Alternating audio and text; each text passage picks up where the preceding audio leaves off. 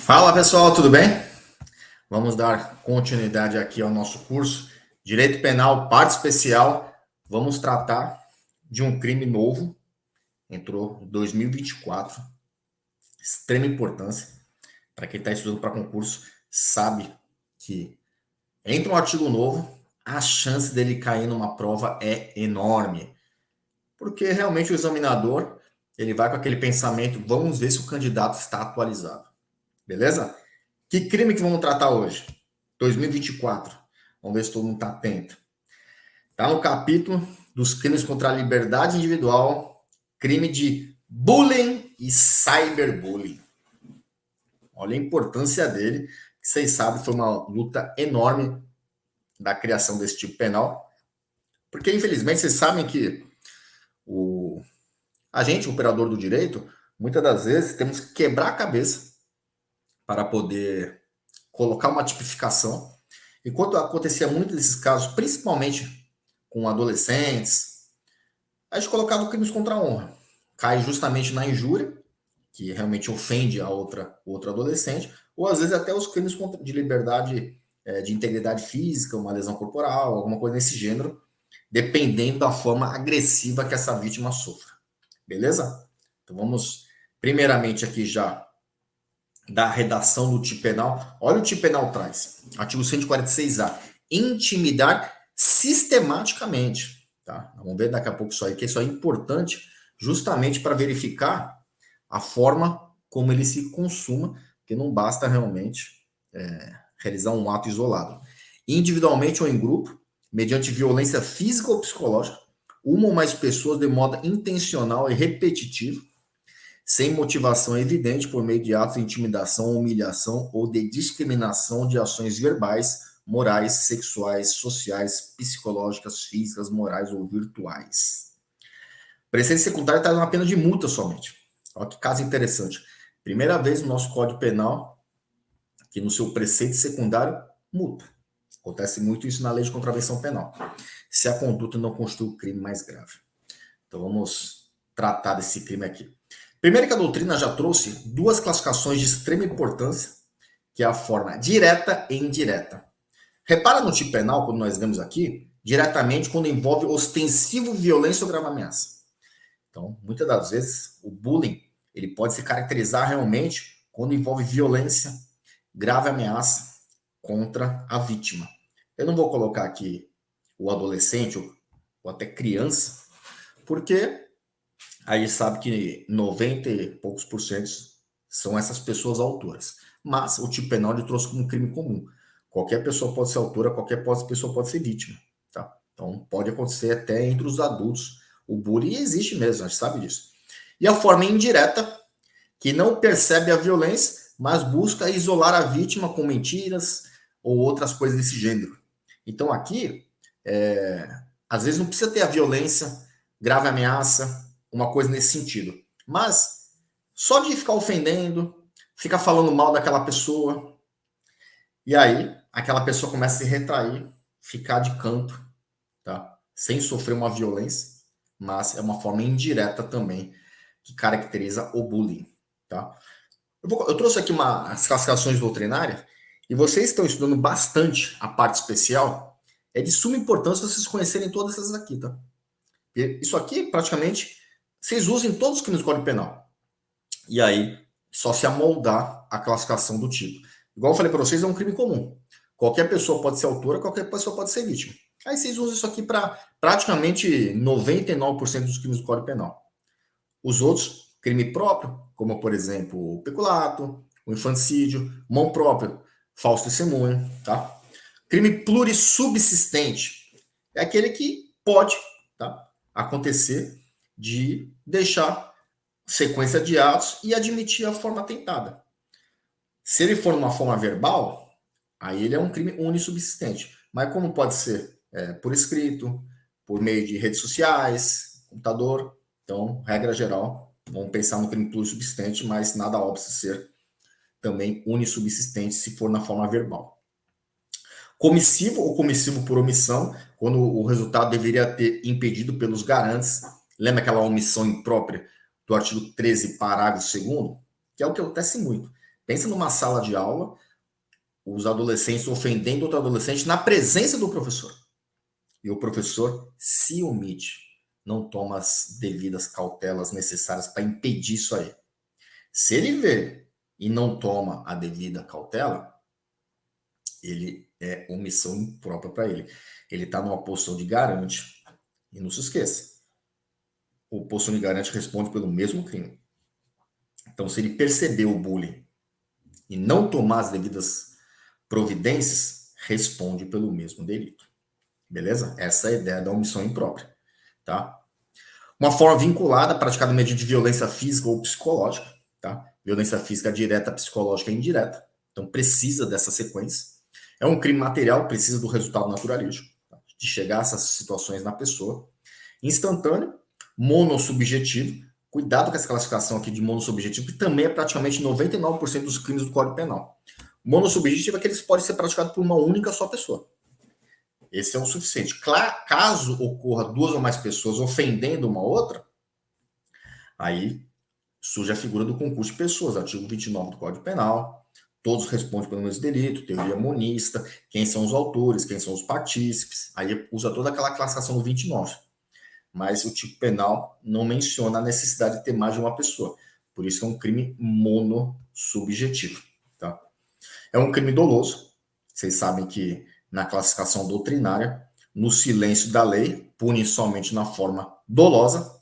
Caso o legislador quisesse colocar a forma culposa, teria que estar expresso no 146A, coisa que não aconteceu. Transeúnte, tá? É aquela situação que da necessidade de perícia ou não, que deixa vestígios. Então, essa é a importância do delito aqui, classificação doutrinária do crime de bullying, beleza? Então, como eu falei para vocês, é um crime comum, sujeito ativo, qualquer pessoa pode ser autor, então pode ser um adulto, adolescente ou criança. Se for adulto, ofendendo outro adulto, repara que o tipo penal traz a figura da multa. O adulto conduzido para a delegacia e comprovar realmente essa violência, os atos de um possível bullying, é um termo circunstanciado, uma multa, Lei 9.099, encaminha ele para o GCRIM com um simples termo de compromisso. Tá? Agora, se for adolescente, como é que é feita os documentos na delegacia quando envolve adolescentes? Se for um delito sem violência e grave ameaça, como é o caso aqui, um ato infracional sem violência e grave ameaça, vai ser realizado um boletim de ocorrência circunstanciado. E aí libera o adolescente para um responsável, que é o caso aqui. Caso o ato infracional for com violência e grave ameaça, como, por exemplo, um roubo, um estupro, um homicídio, aí é auto de apreensão. Aí o adolescente fica retido na delegacia, apreendido na delegacia, encaminhado para a Fundação Casa e começa os praxes quando envolve ato infracional. Tá? Apresentado numa audiência no dia seguinte, internação provisória, 45 dias depois as medidas socioeducativas de uma possível internação definitiva ou outras medidas socioeducativas. Eu uso uma nomenclatura palio para memorizar as medidas socioeducativas. Palio, P, prestação de socorro-comunidade. A, advertência. L, liberdade assistida. I, internação, que é aquela até 3 anos, ou inserção ao meio aberto. E o O, obrigação de reparar o dano. Processo mnemônico, interessante para a gente memorizar as medidas socioeducativas quando envolve adolescentes. Criança, você sabe, não comete ato infracional. Então, se uma criança cometeu o bullying, não vai ter consequência para ela. Então, pode até ser realizado um boletim de ocorrência na figura não criminal, encaminha para a vara da infância, e a consequência que tem para uma criança nesse aspecto é uma medida de proteção. Tá? Vai passar por acompanhamento psicológico, mas nunca as medidas socioeducativas, muito menos uma internação na Fundação Casa. Beleza? Então aqui o sujeito ativo é um crime comum, assim como o passivo. Nós conversamos sobre isso. E essa intimidação sistemática e não um caso isolado. Então tem que ser um caso sistemático. Não pode o bullying, numa primeira ofensa, numa primeira situação, já caracterizar o bullying. Crime reiterado. Beleza? É um crime subsidiário. Lembrou daquela situação do conflito aparente de normas? O crime do 146A é um crime conhecido como soldado de reserva. É uma nomenclatura dada pelo Nelson Grier. Ele fica parado Se não vier um fato mais grave, vai aplicar o 146A. Crime subsidiário é o princípio da subsidiariedade na forma expressa.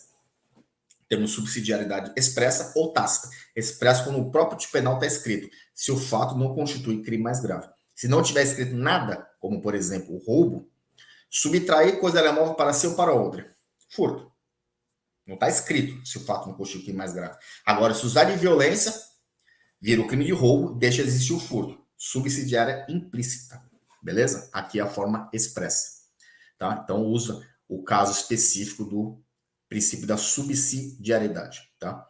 O dolo é um dolo genérico, não precisa assim, eu vou ofender esse moleque porque eu não gosto dele, um ato específico. O tipo penal não traz isso. Então, trata-se de dolo genérico, não precisa de um ato específico. E o preceito secundário, que interessante isso aí, aquilo que eu falei para vocês. Primeiro caso aqui no Código Penal, que traz realmente como preceito secundário somente pena de multa. Somente a multa. Não traz realmente uma pena em abstrato, de 1 a 3 anos, 2 a... No caput, tá? Parafúnico, daqui a pouco nós vamos conversar sobre isso. Beleza? Então, se ocorrer a hipótese do caput, que é o bullying na forma sem ser por meios eletrônicos, pena de multa. Beleza? Se o fato constitui mais grave. Dificilmente vai ficar no 146A. Porque o tipo penal ele traz tantas situações, vamos repetir novamente, que acaba acariciando o crime mais grave. Como eu falei para vocês, violência ou grave ameaça? Intimidação mediante violência física. Se aconteceu o 129, ou psicológica, acaba caracterizando esses outros delitos. Ou ofensas verbais. A injúria, por exemplo, é mais grave que o 146A. Acaba entrando o crime mais grave. Então, parece que entender que dificilmente vai acontecer o crime de bullying. Tá? E agora, esse novo tipo penal que trouxe, do parágrafo único, que se chama cyberbullying, cyber, né? De computadores, bullying, intimidação sistemática virtual. Repare que até no tipo penal traz também intimidação sistemática, reiterada. Não pode ser um caso isolado. Olha o que estabelece o parágrafo único.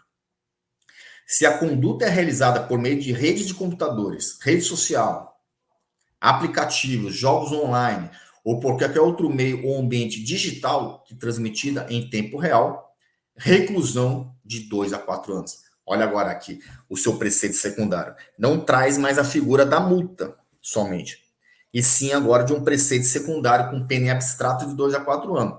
Nesse caso, caracterizou o delito conduzido para a delegacia. Já claramente aqui temos o crime que o sujeito vai ser preso em flagrante na delegacia. Acima a máxima 2 anos, no máximo 4, delegado autua em flagrante, mas com direito a uma fiança policial. Só acima de 4 anos que o delegado não arbitra fiança. Beleza? E se a conduta não constitui o crime mais grave. Com aquele mesmo raciocínio da subsidiariedade expressa. Caso ocorra outros crimes mais graves.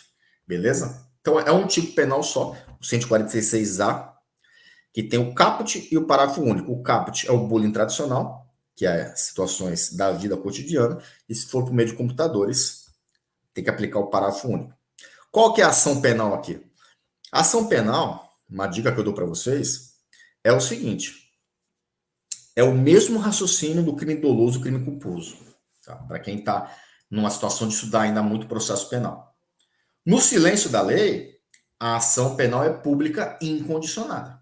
Se o legislador não colocou qual é a ação penal pública é incondicionada. Por isso que eu falei, o mesmo raciocínio do crime doloso. No silêncio da lei, o crime é doloso. Tá? Aí, quando ele quer punir na forma culposa, vai estar expresso no tipo penal. A mesma coisa aqui. Se ele quer que a vítima tome iniciativa, vai estar escrito também no tipo penal. Coisa que o legislador não fez. Então, se ele tivesse colocado ali num parágrafo, uma coisa nesse sentido, mediante representação, que é a palavra-chave, representação sabemos que vai ser uma ação penal pública condicionada a uma representação. Agora, se ele tivesse colocado uma outra palavra como requerimento, queixa, aí ele quer que seja de ação penal privada. Que aí o querelante vai ser o titular da ação penal contra um querelado, que é o autor do delito, o querelante, que é a vítima, vai ser o autor, que aí ele vai ter que ter uma queixa-crime oferecer uma queixa-crime e o juiz recebe a queixa-crime e iniciação penal privada. Aí o Ministério Público fica somente como fiscal da lei. Tá? Vocês vão ver isso bastante em processo penal. Agora, se tivesse escrito representação, e aí o titular continua sendo o Ministério Público, só que ele só vai agir se ocorrer a representação. E aí, a representação é uma condição de procedibilidade, essa é a natureza jurídica. E aí o Ministério Público, quando representa, aí ele continua sendo o titular, oferece uma denúncia e começa a ação penal. Tá? Aqui, no caso, realmente não colocou qual ação penal. Logo, é uma ação penal pública incondicionada. Beleza? Essa é a ação penal do crime de bullying e cyberbullying. Beleza, pessoal? Então foi só aqui um artigo somente para tratar com vocês sobre essa mudança legislativa, para vocês ficarem atentos. Uma simples leitura da lei com essas, basicamente, doutrina, responde qualquer questão. Beleza? Mais para frente vamos tratar das reformas que envolvem os crimes contra a honra. Até a próxima aula.